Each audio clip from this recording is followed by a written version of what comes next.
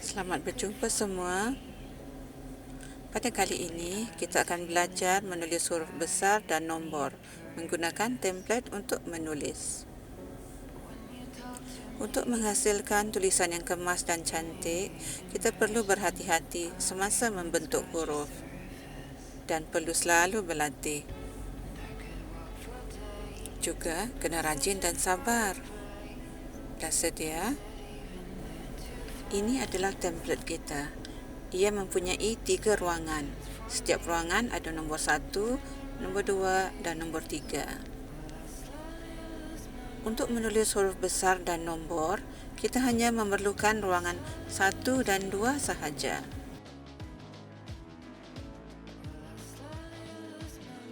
Semua huruf besar dimulakan dari atas dan turun ke bawah. Pada ruangan 1 dan 2,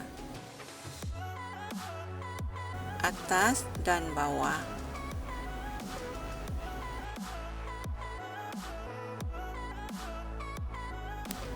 Atas ke bawah.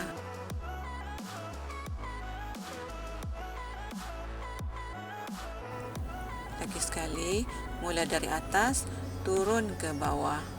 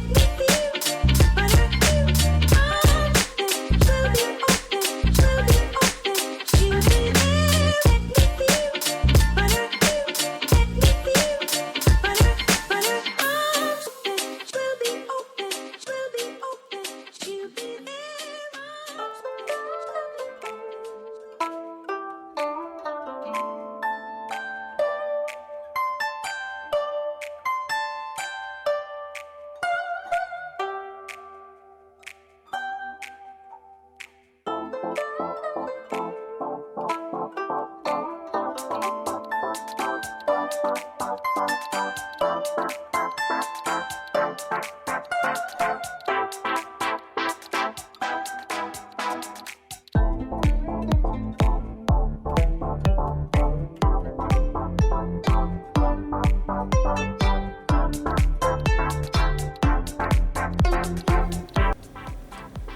kan nak tulis? Jika rajin buat latihan menulis, tulisan akan lebih cantik dan kemas. Nak baca pun sedap mata memandang. Jumpa lagi.